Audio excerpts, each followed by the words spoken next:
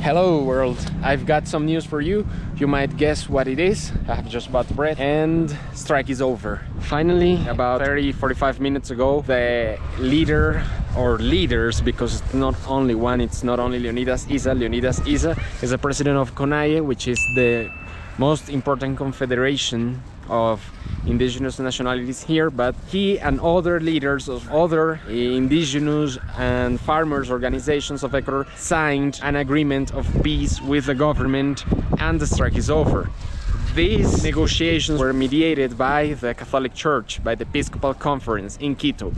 By noon, it was told that they had reached an agreement, but it wasn't signed. Things were pretty tense because there were some things that people were not accepting, and actually at this moment many people are not really glad with the agreement because the gasoline is now subsidized for 15 more cents. With this reduction of 15 cents, diesel per gallon will cost 1.75, and the gasoline 85 octanes will cost $2.40. Many people are not glad about this because they wanted more subsidies. They were asking exactly for 40 cents and the government gave them 15 cents because they say that it is not viable to subsidize even more.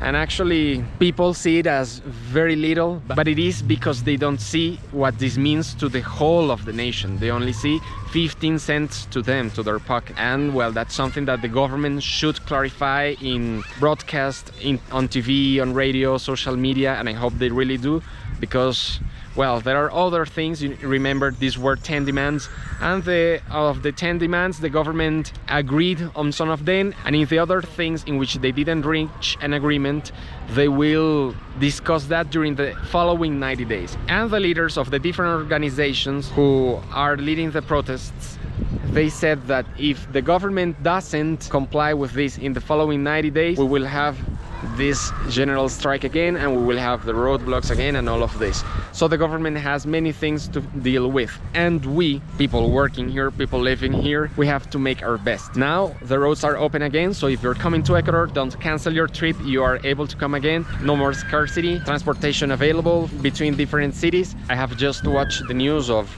roads being open all around Cuenca. Suddenly you feel the difference in the city, and yes, we can work again.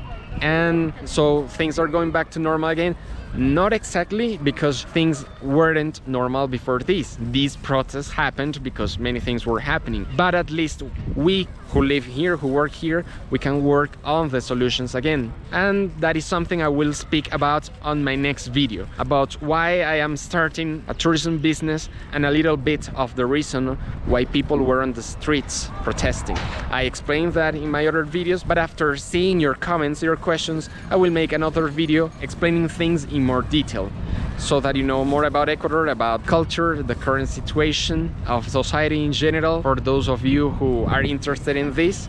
And if you have any questions that you would like that I clarify for you, please remember to leave them in the comment section. And if you're coming to Ecuador, if you're coming to Cuenca, you may write. See you in the next video. Bye bye.